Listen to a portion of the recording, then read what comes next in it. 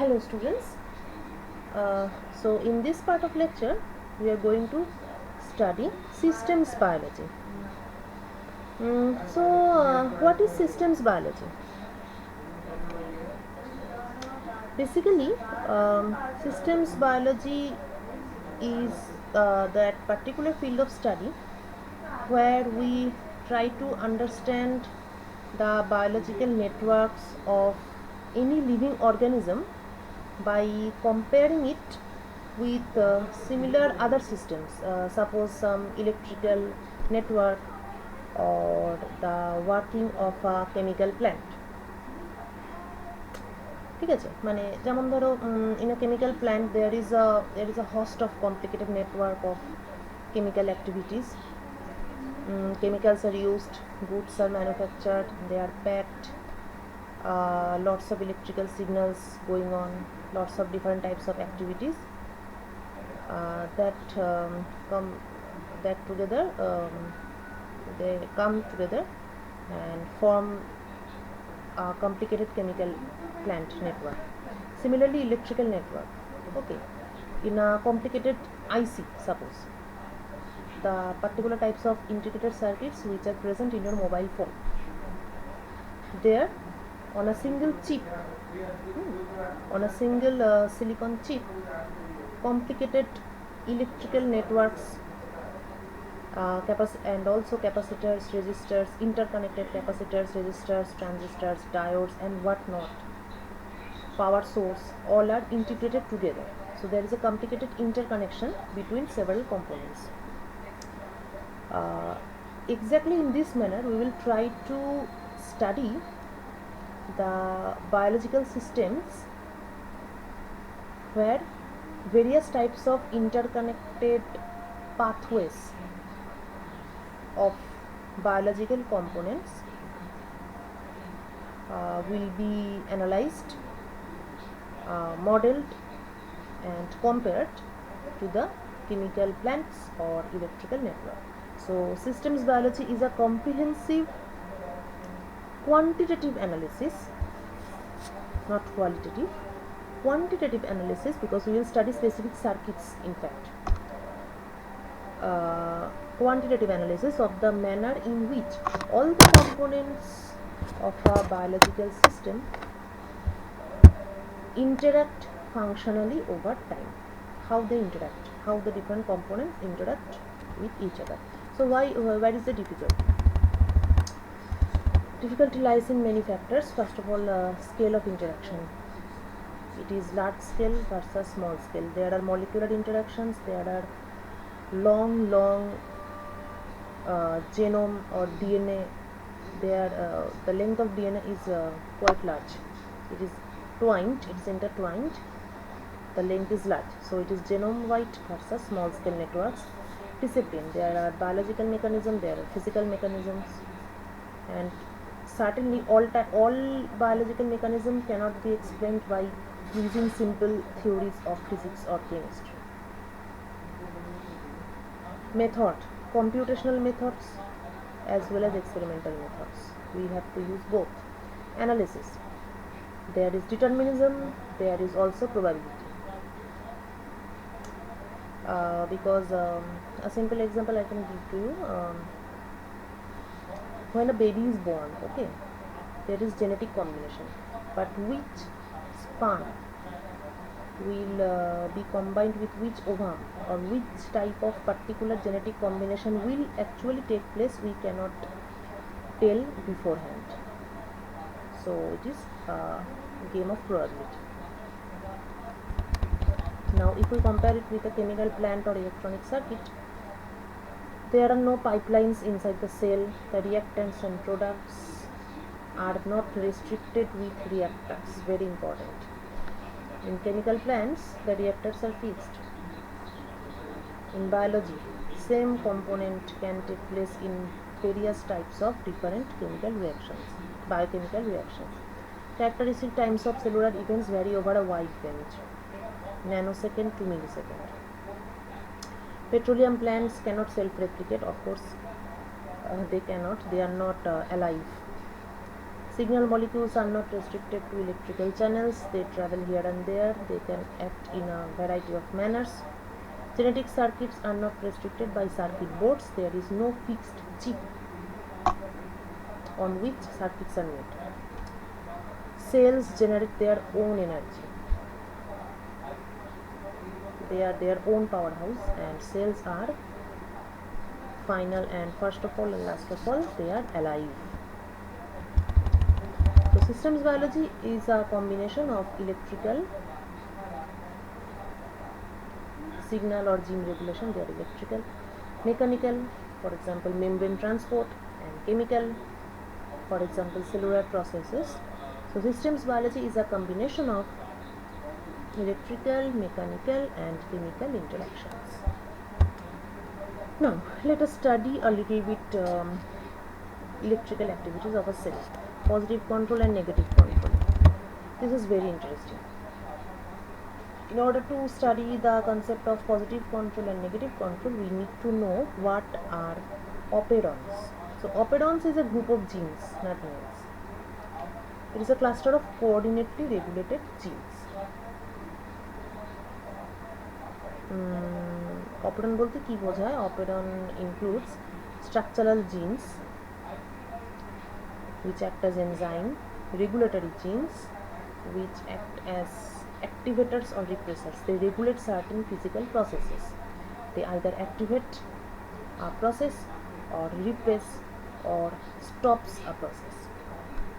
And regulatory sites such as promoters and operators. Promoters you already know in relation to what is that? DNA transcription or DNA replication. Promoter is a particular region of a DNA which starts the process of replication. So regulatory sites, regulatory genes and structural genes, all of them fall in the category or in the thing called operon. Now, what is negative control? What is positive control? If a gene is active and an operon stops it, it is negative control. If a gene is active and operon stops it, it is negative control.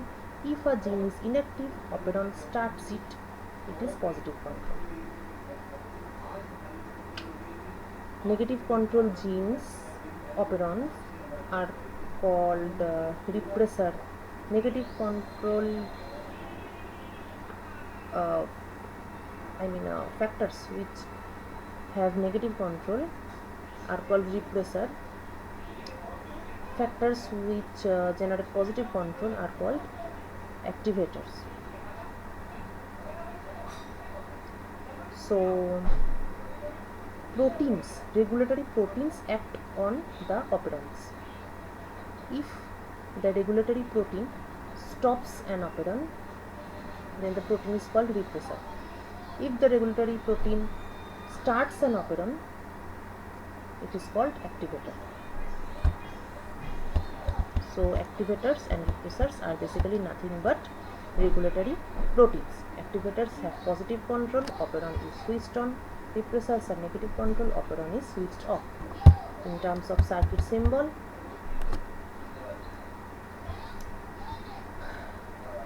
in the absence of repressor, gene is active and it is translated into protein, negative control.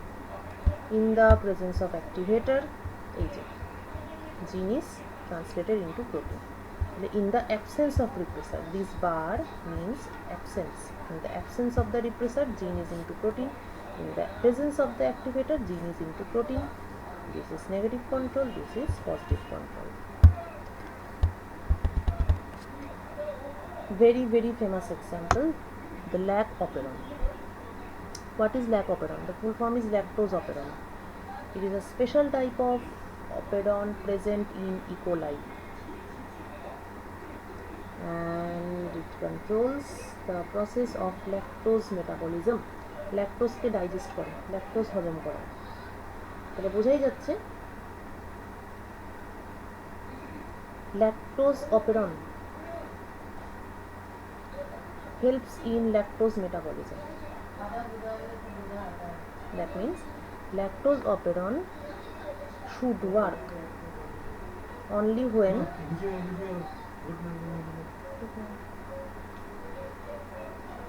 lactose operon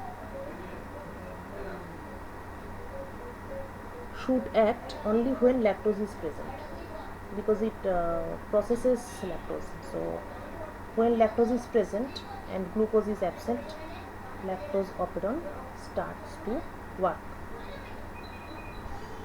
Now how to switch on the thing, how to, so basically what we want is, whenever lactose is high and glucose is low, lactose operon should be switched on. This is our desired output state. Lactose switched on. This is our desired input stage. Low glucose, high lactose. Tale how to achieve this? This will be achieved by regulatory proteins. So here we need one activator, one repressor. The repressor is called lac repressor. The activator is called CAP activator or catabolite activator protein. So CAP and lac repressor both are regulatory proteins. Eibar, whenever glucose levels are low, CAP is on. So CAP is glucose sensor and lac repressor is lactose sensor. CAP can sense the level of glucose. Lac repressor can sense the level of lactose. CAP is active when glucose is low. Lac repressor is inactive when lactose is high. So whenever lactose is high, lac repressor is inactive and lactose operon is switched on. Repressor off হয়ে গেল, তাহলে operon on হয়ে যাবে. And when glucose is low, CAP activator is switched on, so lactose operon is switched on. Because we know that if activator is on, operon is on. Repressor is off, operon is on. So this is negative control and this is positive control. So CAP has a positive control on lac operon and repressor has a negative control on lac operon. This is one example of biological switching circuit.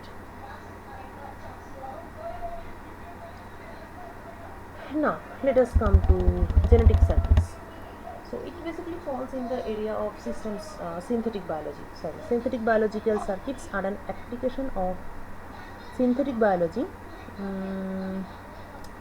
It creates new biological devices. Biological parts inside a cell are designed to perform logical functions. আমরা জিন দিয়ে, regulatory জিন দিয়ে logic circuit বানাবো. The AND gate, the OR gate, the NOT gate, the logic gates which are found in electronic circuits, all of them will be manufactured by using biological components.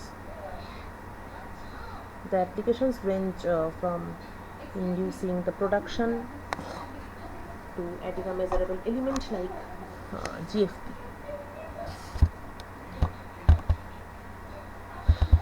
This is an application. Okay, so what is GFP? GFP is green fluorescent protein, which is widely used to tag proteins and to study the dynamic changes of cellular processes in living cells. The green fluorescent protein is a fluorescent protein.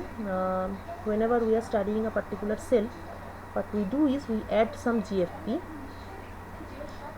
to a particular cell and study its motion. You can study it by other means because it is fluorescent. So in production of GFP and in various other biological circuits, these types of study is very crucial. The goal of synthetic biology is to generate an array of tunable and characterizable parts or modules with any desirable synthetic biological circuit. Can be easily designed and implemented. একটা example আমরা দেখি.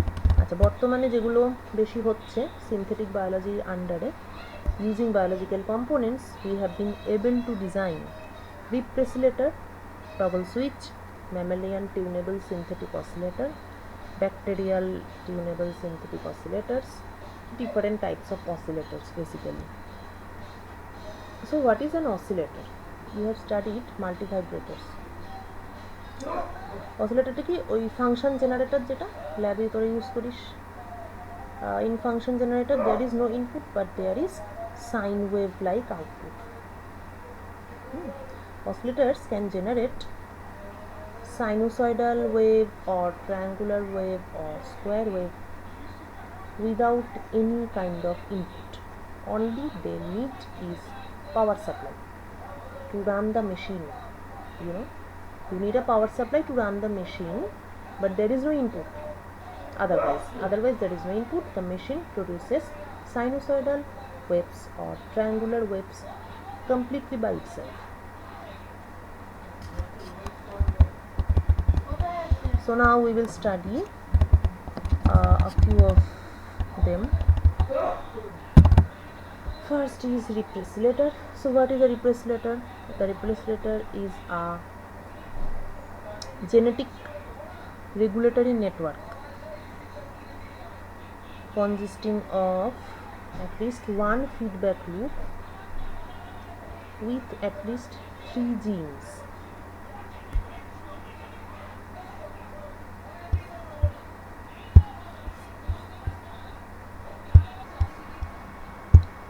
Okay, so the repressilator is a genetic regulatory network consisting of at least one feedback loop and with at least 3 genes. এটার ডিটেলসটা আমরা একটু পরে দেখব।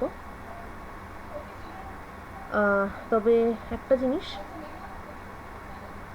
যেটা বলার সেটা হচ্ছে যে in oscillators if you remember you will have to go back a bit in your curriculum. What is feedback? Okay, so what is feedback? If I take a little part of output and put it back into the input, so that is called a feedback. Now there can be two types of feedback: positive feedback, negative feedback. So if the output improves the input, then it is positive. If output reduces the input, it is negative feedback. And oscillators, if in a system there is positive feedback, that is output is helping the input, then the system starts to oscillate, then it becomes an oscillator.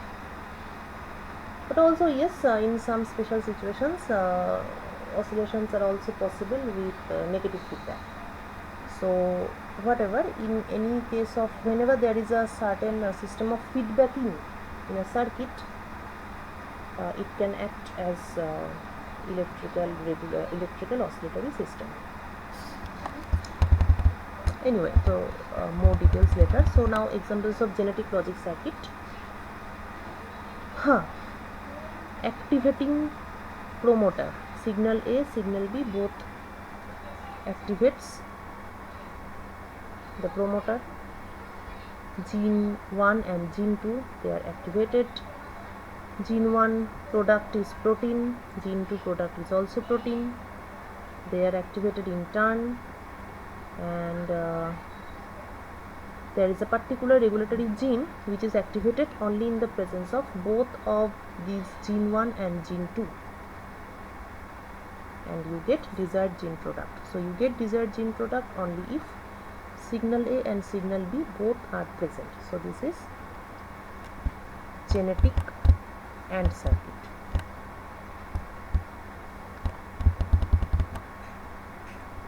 Now here in the output regime, the gene is regulated in such a manner that it will be activated by any one of the gene product or both of them. যে কোনো একটা হলেই ও activate হয়ে যায়। তাহলে naturally this is genetic OR circuit, as simple as that. Now genetic NAND circuit. How is it possible? If there is a repressing promoter, So in the presence of both the genes, it is repressed. The gene stops working. So it is genetic NAND gate. Now, positive and negative feedback in systems biology. So what is positive feedback? It occurs in nature when the product of a reaction leads to increase in the reaction. যেমন ফল পেকে যায়, fruit ripening.